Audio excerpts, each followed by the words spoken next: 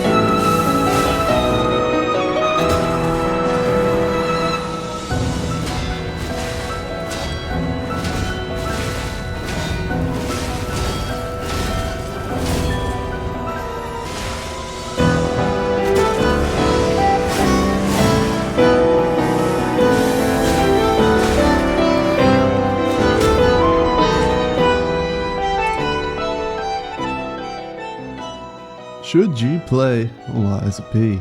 Now this game has been a bit, I don't know, hard to review because it is a Souls-like, which means a lot of times we're referring back to a much better game in a lot of ways, and it kinda ends up sounding a lot more like we hate the game more than we just have concerns and criticisms over the game. And I've been putting off this review just because I just couldn't think of a good way to talk about the game that wasn't overly critical, because in a lot of ways this game has many problems, but it is also the best Souls-like game that isn't made by From Software.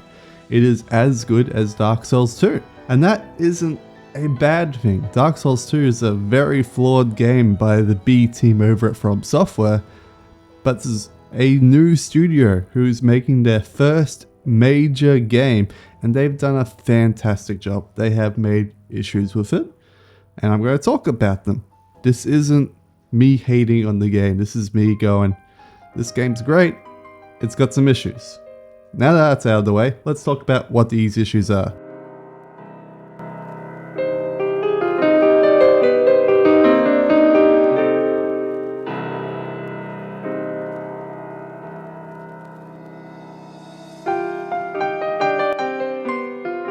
First and foremost, the enemy variety in this game is abysmal. There is like 4 different enemies. There's your basic flailing on the ground enemy, there is your standing up tall and flailing at you enemy, and then there is the ranged enemy. Those are the 3 main ones that you fight. And then the 4th one is the elite enemy, and all of the elite enemies have the exact same problem, which is they have super armor on their attacks, but you don't, which means they can interrupt you, but you can't interrupt them in most circumstances. There are some attacks where you can interrupt them just a little bit, but these enemies are very repeat, which means, especially if we have this one with the shovel and the fire coming out of its back, it's just you have to perfectly block this shovel or you die. And you just lose so much time and progress just trying to deal with the AI of this thing. And then you have these stagger times, which are meant to be, you know, a bonus for you. You hit it enough, it's now staggered. So now you hit it with a charged attack, and then you get to do a fatal attack. That's great. Unfortunately, enemies tend to combo longer than that stagger window, which means you have to use the upgrade system, which is in some ways good, in some ways bad, to make the game actually playable. We can increase our flasks, we can increase our flask effectiveness, and all these things that come almost default in a regular Souls game. For example, getting up from the ground with a roll. You can only do that after upgrading that. Doing 2 roll chains. You can only do that after upgrading in this menu. It's incredibly frustrating.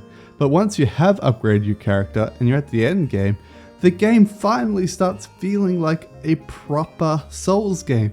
You actually have access to all of your tools in your toolkit, and it legitimately starts feeling great. Another thing that I really like about the game is the weapon crafting system. How the weapon crafting system in this game works is your weapons are broken down into two different sections. You have your bladed section, and then you have your handle section. So you can change any handle for any weapon, you can change any blade for any handle, which means you can make some pretty interesting builds that suit your playstyle. You want to be a super strong robot, but you want to attack pretty fast? Well, put a police baton handle on a strength/motivity weapon, and then bam, you got a really fast attacking strength-based weapon. It's great.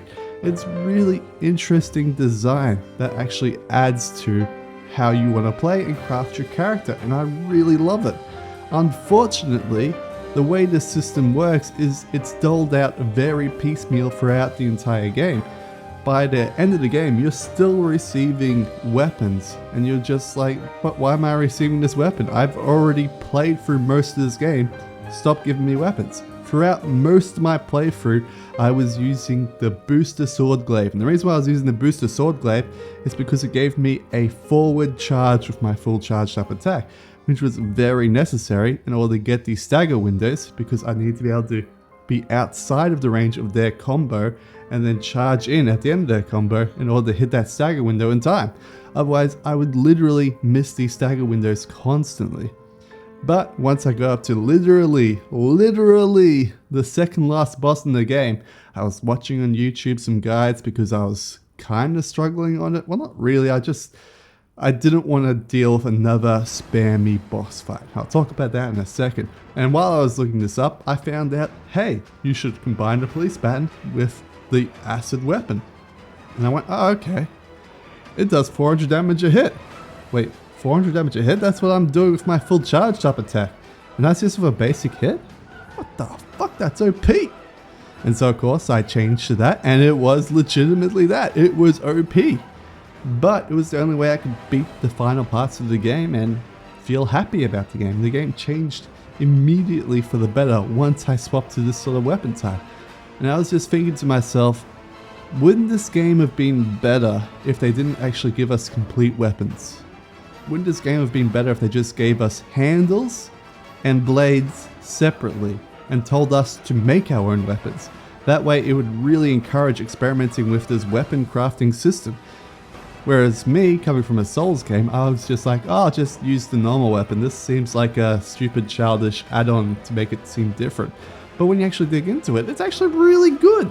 And I'm like, why wasn't this promoted better? I know they told me about it and they showed me and forced me to do it once for an achievement, but I didn't realize it was this interesting and this good. You didn't show it, you didn't explain it, you didn't tell me. It's like the one thing I'd tell people is experiment with the weapon crafting system. It is great and interesting. You can make your own playstyle your own. And that's great. But yeah, I would have it so throughout the game, you start finding handles separate to blades.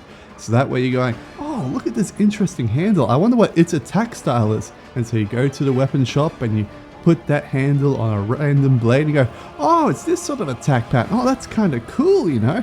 And all you get this blade's like, oh, this is a fire blade? I wonder what if I put this fire blade on this handle, how would that work? You know, really experiment by separating the handles and the blades when you find them. Because when you find them together, you go, well, that's just already a complete weapon. Why would I change it? That's stupid. Why would you change your weapon? But if you found them separately, it would really encourage changing them. I would go, oh, I got a booster handle? How would this work with a glaive? Oh, it's like a booster glaive attack. That's pretty cool. You know, doing these sort of things would really help encourage these systems. Next, we've got to talk about bosses. Bosses in Lies of P all around are pretty terrible. I think in total there are like 4 or 5 bosses that I truly enjoyed versing. Most of the time, I didn't enjoy versing these bosses because they had a really spammy attack pattern. They would swing, swing, swing, swing, swing, and they'll give you a chance to do one attack and then go instantly back into a combo. And it just constantly felt like I was just playing defensive.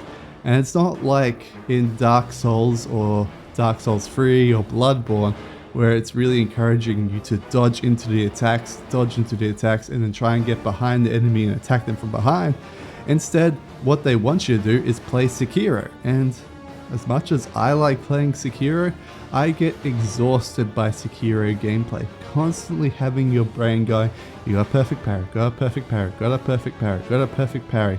And it's that annoying sort of parry system where it's you have to press the block button, hold the block button enough to get the parry, but not too long that you miss the next parry. And it's very exhausting to play like that. I'd rather have a completely separate parry button that was just an instant parry. So it's just like a ching, ching, ching, instead of me having to hold the block, hold the block, hold the block, hold the block, hold the block, hold the block. It's just a personal thing to me. I really hate hold block parries because you don't really understand when that parry window is. You sort of get it that it's like meant to be in the first like 3 or 4 frames of pressing the block button, but it ends up feeling really disconnected when you're doing a chain parry sort of system. What's really good about Sekiro is every single attack is sort of played to a tune. You can understand the beat of everyone's attack, so it's going to be like a da da da da, you know?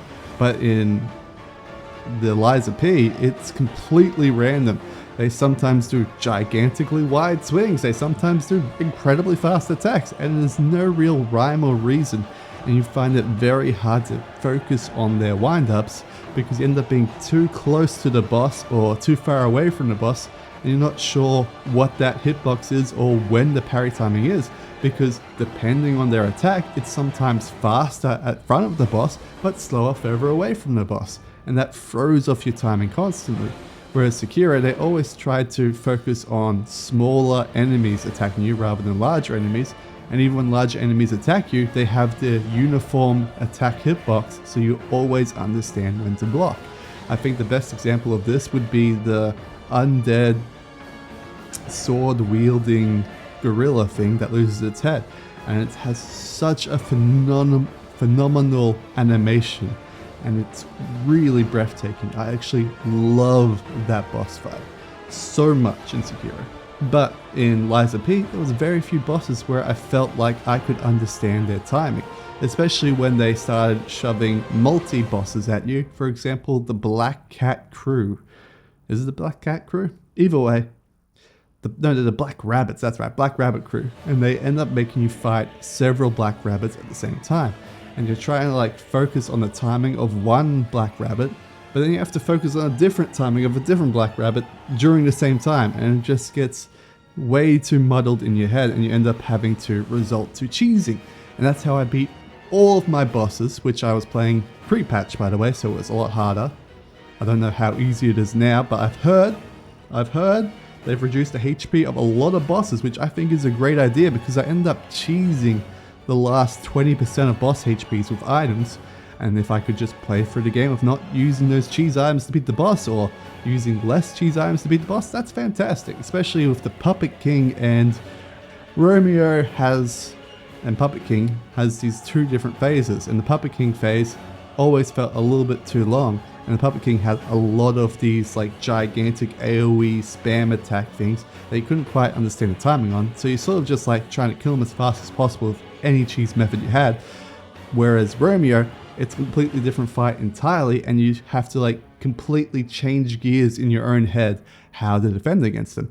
But the worst thing is, Romeo has grab attacks and attacks that go behind your block.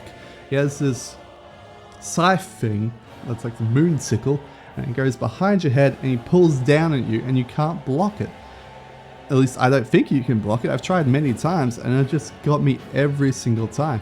And so I ended up having to cheese this entire boss fight by using summons, using items, and I felt dirty for playing that way. I wanted to play my way, but the game was forcing me into beating the game through cheats in a way, which isn't my favorite thing. I like to go into a game and not use a single item if possible, because I think using items is cheating. I just do.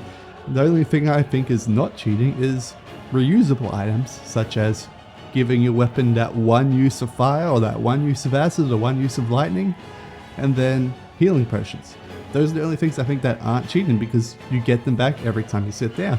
If I got back throwables every time I sit down, I would use throwables, but I don't, and I have to spend souls on them to get those items back from a shopkeep, which was kind of annoying because the only shopkeeper that sells decent throwable items is in the middle of a map somewhere. And you're like, why can't this guy be in the main town hub? Instead, I have to go out to him and buy from him? That's stupid. The storylines in Lies of P are really quite interesting. Compared to most Souls games, they're even better than that because they actually all have a beginning, middle, and end, and they also tie into the story in the greater story in some way or another. For example, one of my favorite ones is very early in the game you find this kid who is lonely because he can't find his friend and he just wants to play with his friend. And his friend is Romeo. And the kid's name is... I can't remember his name. Anyway, the kid wants to play with Romeo, and you find a whistle in the previous section, and you blow that whistle and goes, "Ah, yes, that was the whistle my friend used. Oh my lord," and he mentions Romeo's name, and it's just really small and minute storyline for this kid. But when we find out later on that the King of Puppets is called Romeo, and we find out Romeo's deal is he was actually, you know, like a friend to people in orphanages, and for example, Pinocchio happened to, well, Pinocchio's predecessor in a way. You play the game, you'll find out. And we find out that Romeo and Pinocchio were friends in another life, and he wanted to make Pinocchio's life easier when he became king of the puppets. And he wanted to hold back the alchemist horde to make everyone's lives easier. Unfortunately, in doing this, he was manipulated by a mysterious entity that we'll talk about, well, I won't talk about, you'll find out if you play the game, and it really ties into the story really nicely, and it all adds up, and all of these little side stories add to the greater picture of the game. It's fantastic. I really love it. What I don't love, however, is the level design. The level design in Lies of P is rather rudimentary. They have shortcuts, they don't have shortcuts, it sort of loops, it sort of doesn't loop. It really feels like this game would have been better if they stuck to a level design selection sort of gameplay. Because every single zone is not connected at all, but they still sort of make them connect in a way. For example, you head through the first area and it is going through a basic town area until you get to the hotel and you fight the first boss. This seems rather simple, rather straightforward, and then you go into the hotel, you hit a loading screen. You then exit the hotel, you head to another loading screen, and you're in a different area completely. This is great. We have several leveled areas. But where this gets complicated is when they try to justify that it's all one giant world, and there isn't these loading screens when there is. And quite frankly, they shouldn't bother. They should just make it a proper level design hub-based system where you go from the hotel, you go out to the end, you then go back to the hotel. You go from the hotel, go to the end, go back to the hotel, go out to the hotel, go to the end, go back to the hotel. Instead, they wanted to try and make it like you were constantly doing these loops back and forth around the hotel. So you would go out from the hotel, you do a giant weird bendy loop, and you end up back at the hotel somehow. And you're like, wait, why couldn't I have just exited through that way I got back to the hotel? Why did I have to come back to it, you know? It all felt really disconnected, especially in the last loop where you head out to the, not the junkyard, you head out to the, that's right, you head out to the docks to find something, and then you have to go back in from the sewers to the first area and then go to the hotel again. And just like, wait, what? Why? You know? That's me personally anyway. There are a lot of really cool things in level design where they tried to play with the verticality of the level quite a lot, And they did a really good job, especially in the final level where you're climbing a tower. It actually felt immense and immersive as you're sieging this tower very slowly from the bottom, working your way all the way to the top with winding staircases going out on rickety old outside, balustrade sort of things. I think it's really well designed. But then you go to the earlier areas and you're literally just running in circles. And then in the minute level design is they constantly want to do the jump scare. What I mean by this is they'll have an item and it's in a little bit of a sort of alleyway, and you go, oh, there's an item there, I'll go get it. And then, oh, the monster's jump scaring me, oh no. And they literally do this every 2 minutes. They do a jump scare, jump scare, jump scare, jump scare, and to the point where it just sort of goes and loses all effectiveness, because we know that the jump scare is coming. We don't really care about the jump scare that's coming, and just sort of is there. It's not great, I think that's about all I have to talk about. Talked about the AI, talked about the stagger mechanic, talked about the bosses, talked about the level design, talked about the lore, talked about weapon crafting. The only thing I haven't talked about is the stupid comparison to Bloodborne. This game is not Bloodborne. Full stop.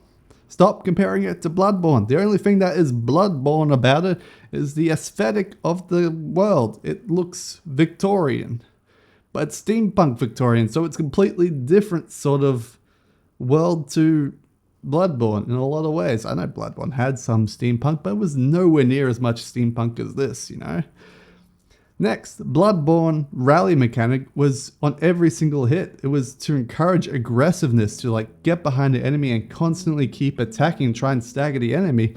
Whereas in Lies of P, it's really encouraging a more defensive style playthrough where you're meant to be constantly blocking and perfectly parrying every single attack.